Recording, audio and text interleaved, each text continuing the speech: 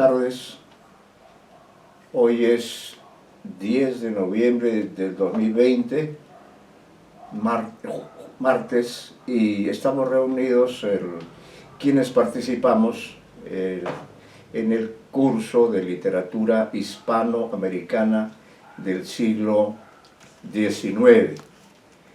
Estamos en la cuarta semana de clases y a lo largo de las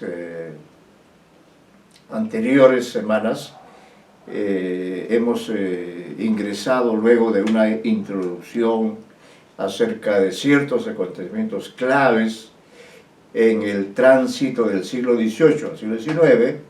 Hemos empezado ya con el tratamiento de los autores más representativos de esa generación del siglo XIX, hispanoamericano, que, como ustedes bien saben, es el siglo en el que América del Sur, constituida hasta entonces, hasta inicios del siglo XIX, estaba, constituida por virreinatos y capitanías. En suma, gran parte de América del Sur, e incluso por el norte México y por el sur Chile, todo eso era, diríamos, dominio de la corona española, de la monarquía hispana. Pero en este siglo XIX, por una serie de acontecimientos que ya hemos señalado, se dio pues esta modificación, se dio este gran cambio histórico, ¿no? Gran cambio histórico que llevó a algunos escritores que eran miembros de sus respectivas sociedades, llevó a enarbolar la gran idea de la independencia americana, la idea de cambiar de estatus, dejar de ser dependencias administrativas y económicas del gran imperio español para convertirse, como ocurría en gran parte del mundo, en países independientes, en países autónomos. Ese es el ideal que mueve a los integrantes de esta generación. Decir generación también es un poco relativo, en la medida en que estos hombres, todos ellos hispanoamericanos, no tuvieron probablemente contacto entre ellos. Es muy difícil probarlo, pero en esa época no había las facilidades de comunicación que hay en el siglo XXI, no sé si para bien o para mal, ¿no? Para ambas cosas, me parece. Entonces se le llama generación porque coincidieron en este mismo ideal, de independizar a sus respectivos territorios, de convertirlos en países autónomos. Y esto ocurrió por una serie de factores, y el último de ellos, paradójicamente, como ya lo hemos señalado, pero no hay que olvidarlo, paradójicamente fue la invasión napoleónica a España, ¿no? Que claro, puso a España con el grito al cielo. ¿Cómo es posible que el ejército napoleónico ingrese y se quede en el territorio español, ¿no? Esto hizo que los españoles sintieran en carne propia lo que los hispanoamericanos sentían desde hace muchos siglos, pero no lo podían decir, o si lo decían, les ocurría lo que pasó con Túpac Amaru II, que por levantar su protesta y por salir a enfrentar a estas autoridades coloniales despóticas, fue vencido y luego cruelmente maltratado, cruelmente asesinado. Por primera vez en la historia, en el siglo XIX, España sintió en carne propia lo que significaba la presencia de un ejército poderoso como el napoleónico, que le quitó la corona al rey y se convirtió en la práctica en una suerte de emperador de España, ¿no? Entonces, esto también repercutió, como ya hemos dicho, en nuestros países, llamémosle así, que todavía no lo eran plenamente, pero determinó que en varios países surgieran de pronto estas voces de independencia, de libertad, recordando también, por cierto, el sacrificio de Túpac Amaru II y otros elementos más que ya hemos mencionado. Entonces se le llama generación porque coinciden en esos ideales políticos, ideológicos, de ser países independientes, y ahí tenemos a Venezuela, ¿no? Uno de los países que es parte de todo este movimiento, y en Venezuela no podemos dejar de olvidar sin duda la figura de Simón Bolívar, que es el que logra consolidar la independencia americana en 1824 en la batalla de Ayacucho. ¿Por qué se cierra el ciclo de las batallas en el Perú? Porque Perú era el virreinato más importante, ¿no? Pero Simón Bolívar complementa la labor de San Martín, como ya lo hemos señalado, y termina entonces el ciclo de los virreinatos en nuestro continente, y de 1824 en adelante estos países se convierten ya en entidades independientes, y en cada uno de ellos ha surgido en estas décadas paralelas a los acontecimientos históricos, políticos, militares, ha surgido esta generación de jóvenes criollos, todos ellos, ¿no?, que han tenido una formación literaria, cultural, de tipo hispano, de tipo europeo. Entre ellos, por ejemplo, menciono un autor que ya ha sido mencionado, que es Andrés Bello, ¿no?, un hombre ilustre, un hombre, un humanista de ese tránsito del 18 al 19, que se convierte también en un luchador por la independencia, y como parte de ese gran ideal de vida, también es un distinguido representante de la generación libertadora del siglo XIX, con la que comienza esta etapa de nuestra literatura. Ya hemos hablado de él, no vamos a hablar más, aunque ciertamente hay mucho material acerca del gran trabajo que realizó en la independencia misma, y luego durante los largos años que vivió, ya no en Venezuela, sino en Chile, ¿no? Entonces hay que ver también esta generación en grupo, en conjunto, en una visión continental. Luego hemos hablado también, a propósito de esta generación, de otro escritor que probablemente sí se conoció con Andrés Bello.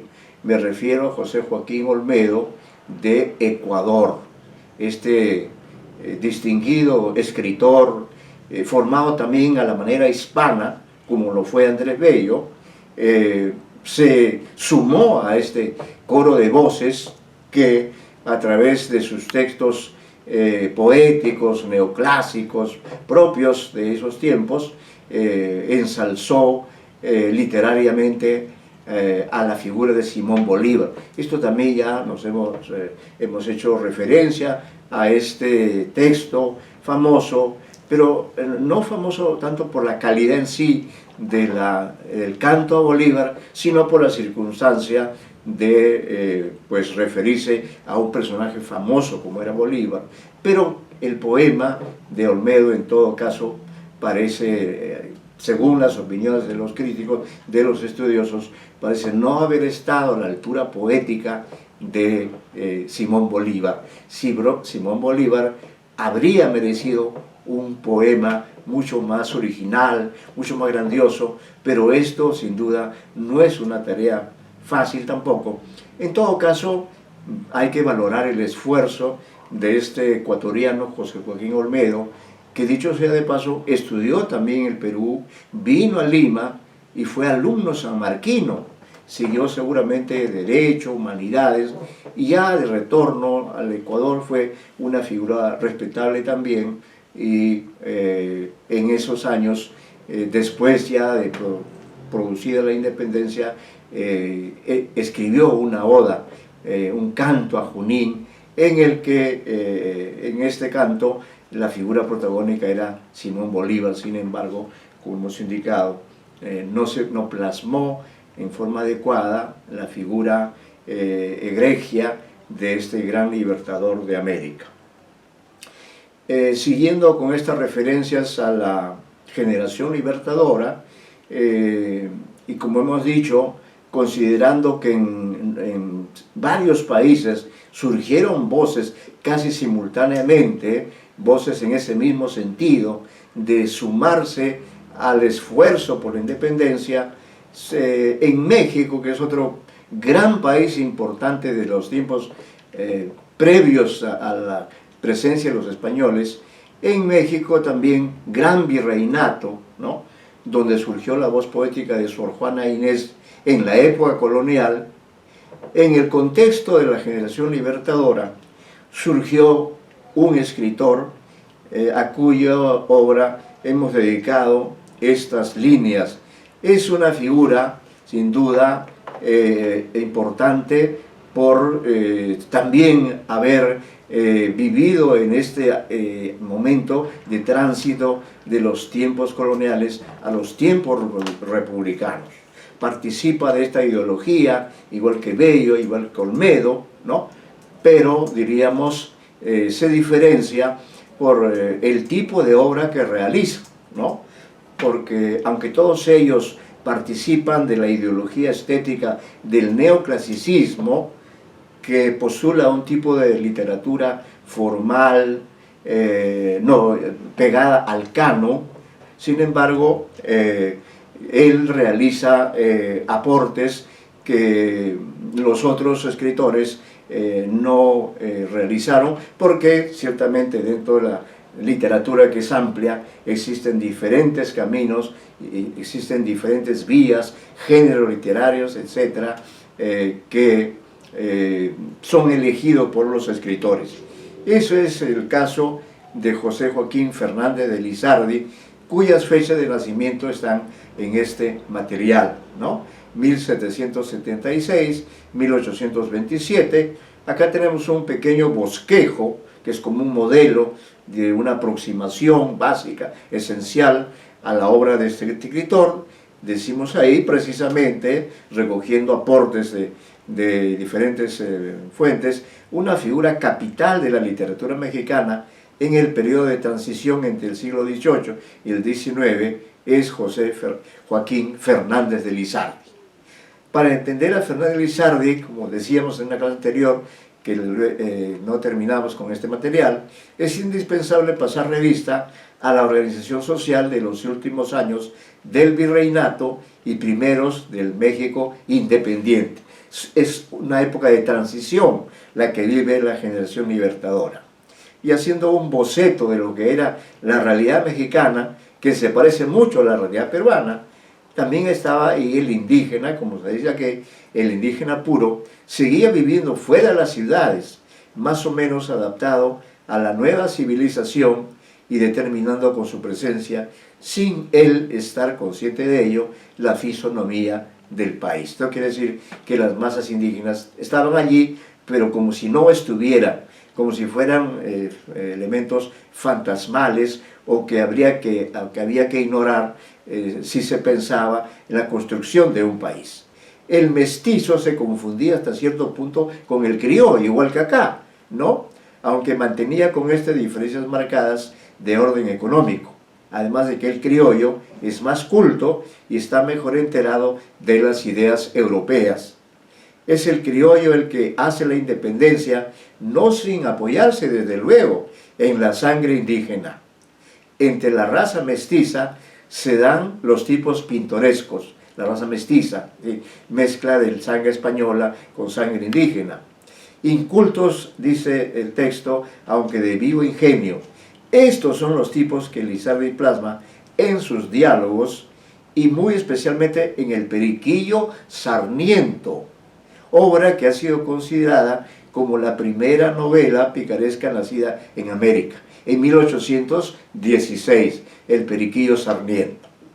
Pero antes que novelista, y este dato también es importante, Fernández de Lizardi fue, ante todo, un periodista, un hombre de letras comprometido con sus ideas, a pesar de que muchas veces utilizara su ingenio y su hábil manejo del lenguaje para escabullirse tanto de la censura civil como de la eclesiástica. Claro, aunque ya estábamos en los primeros años de la independencia, la iglesia ejercía una censura, ¿no? Y las autoridades también.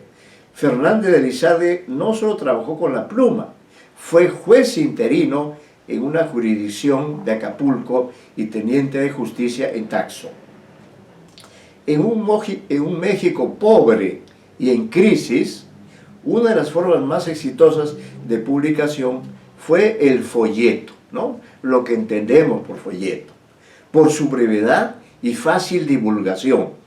Es curioso para nosotros, bueno, en el siglo XXI, el enterarnos de que causó gran revuelo el decreto de ley que prohibía que se voceara el contenido de los periódicos en las calles. Para tal enojo había, sin embargo, una razón muy poderosa. La mayoría de la gente era analfabeta y en estas circunstancias el mejor medio de difusión era el voceo.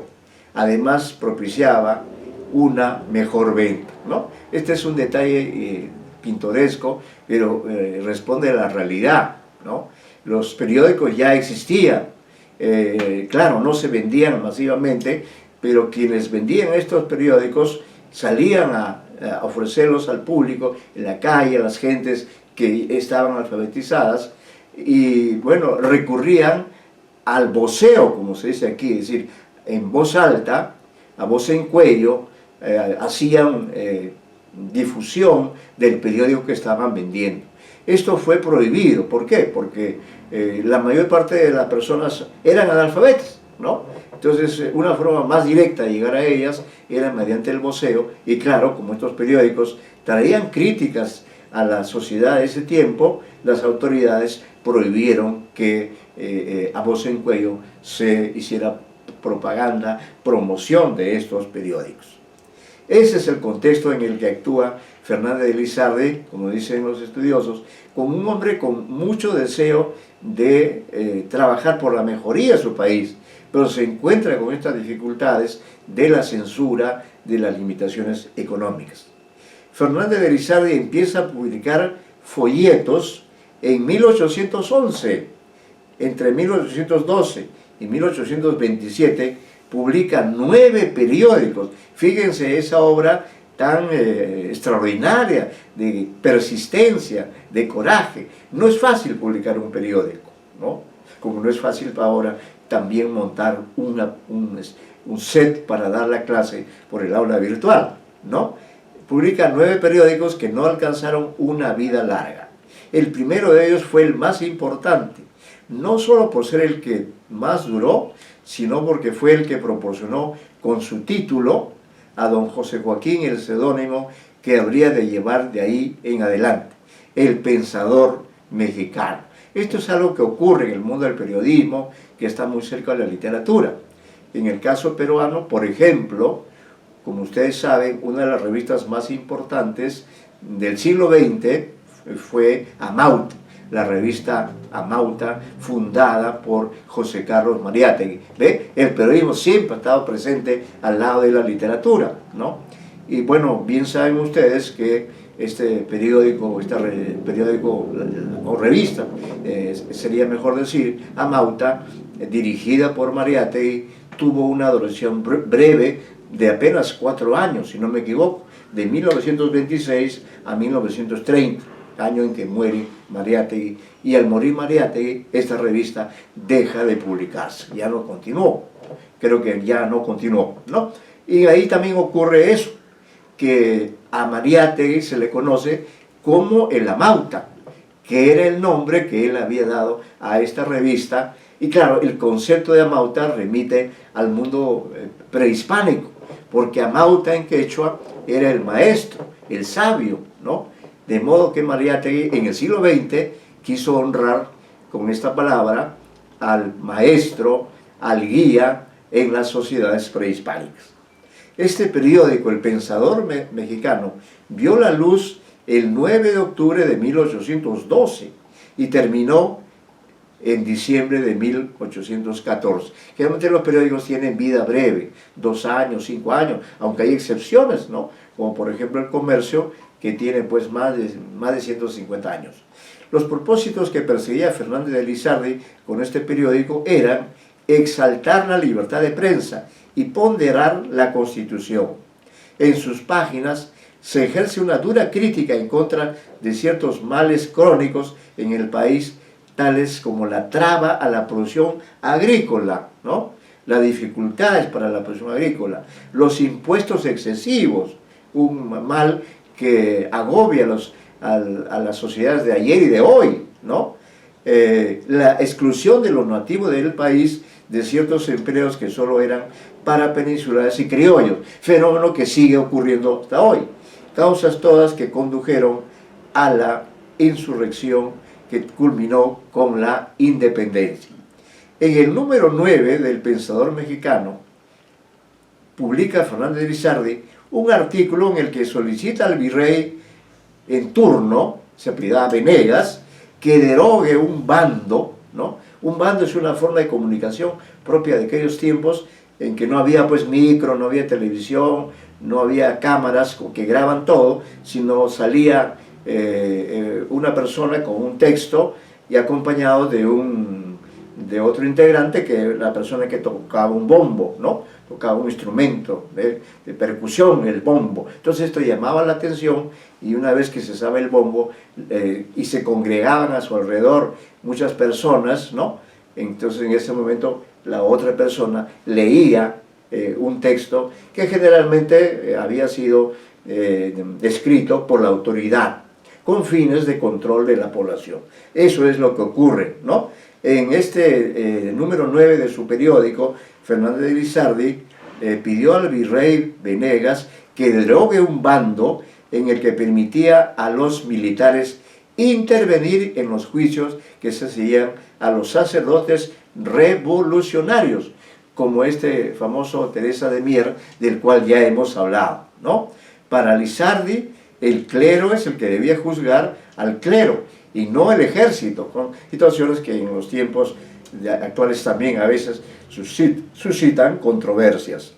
El virrey no solo no derogó el decreto, fíjense, estamos hablando de estos últimos años del virreinato, ¿no? Sino que además suspendió la libertad de prensa y encarceló a Lizardi 7 meses. Y dice Lizardi, tiempo muy suficiente para arruinarme como arruiné a mi familia. Efectivamente, ven, por ejercer el oficio de periodista, de pensador, este escritor fue encarcelado por el virrey de turno, ¿no? Y por cierto, con ello, como dice el propio pensador, se arruinó él, como también se arruinó la familia. Lo que ocurre también en los tiempos actuales con los miles de despedidos que hay a consecuencia de la crisis económica o pandémica también, y las familias también se ve perjudicada por estas situaciones que, como vemos, son de siempre en nuestros países, ¿no? Tanto en sus periódicos como en sus diálogos, sus poesías o sus novelas, porque a pesar de todo fue un autor prolífico, un autor que escribía con pasión en tiempos en que no había un mayor apoyo para el trabajo de esta naturaleza. Fernández de Lizardi tiene un propósito central. Este es el propósito que corresponde a esta generación libertadora, ¿no? La educación. Ilustrar a México es una manera de hacerlo libre, y esto es verdad para el México del siglo XIX, como para el México, el Perú del siglo XXI. La necesidad de la ilustración, de conocer nuestro presente, pero también nuestro pasado, como lo estamos haciendo a través de estas clases en que vemos que una serie de males que existieron en el siglo XIX no han sido superados 2 siglos después. El Periquillo Sarmiento es sin duda en la actualidad la obra más difundida del pensador, aunque como novelista Fernández de Lizardi nunca alcanzó la fuerza del ensayista, ¿no? Entonces, como ensayista fue más demoledor, fue más crítico. El mérito de sus novelas está en el rescate costumbrista que efectúa en ellos, tanto por el cuadro de costumbres en sí, como por el uso del lenguaje popular en boca de los personajes. Lizardi concibe su tarea de escritor como una responsabilidad civil, Por eso es que grandes parrafadas de sus novelas tienen un tono dogmático y sentencioso que nos aleja muchas veces del hilo narrativo. Claro, si uno encuentra en una obra, en una novela, un discurso sencillamente compendioso, farragoso o muy ideológico, uno deja la revista o la novela. Cuando uno lee la novela, quiere leer una historia. Claro que allí también habrá ideas, habrá conceptos, pero lo importante es la acción, ¿no? Y eso es lo que ocurría en que el escritor Fernández de Lizardi en la novela a veces ponía párrafos íntegros de carácter sentencioso, y esto hacía que la historia pues perdiera importancia. El pensador coincide con un contemporáneo suyo, Andrés Bello, en la necesidad de una educación gratuita y obligatoria para elevar al pueblo y con él al país entero. El Periquillo Sarmiento es la historia de un hombre, Pedro Sarmiento, ese es su nombre. Ven el pequeño cambio que hay, ¿no? El pequeño gran cambio, ¿no? Porque de Pedro Sarmiento tenemos el Periquillo Sarmiento, ya no Sarmiento, sino Sarmiento, ¿no? Que alude a una enfermedad. Imagínense ustedes, las enfermedades nos persiguen a lo largo de la historia. Gran Pillo, que en su juventud, Pillo en su juventud, que ya viejo y enfermo, redacta sus memorias. Este es el tipo de novela que publica Fernández de Lizardi, ¿no? Redacta su memoria, ya viejo, aunque de joven había sido un pillo, pero ahora redacta sus memorias para dejarlas a sus hijos como testamento, a fin de que entiendan que el vicio y la falta de conocimientos no llevan más que de desventura en desventura. Según información, el origen de esta novela está en la obra de Gil Blas de Santillana, del francés Alain René Lesage. Además del Periquillo Sarmiento, el pensador mexicano escribió 3 novelas más. Por eso decíamos, esta es la más conocida, el Periquillo Sarmiento. ¿Por qué? Por ser la primera, por considerarse que con ella se inicia propiamente la presencia de la novela en nuestra literatura del siglo XIX. Pero escribió otras 3 novelas cuyos nombres están allí, claro, y ya no se editan, propiamente es difícil conseguirlas. Son Noches Tristes y Día Alegre, La Educación de las Mujeres o La Quijotita y su prima, y Vida y Hechos del famoso caballero Don Catrín de la Fachenda. Estos son los títulos de estas obras novelísticas que escribió Fernández de Lizardi. Vamos a leer a continuación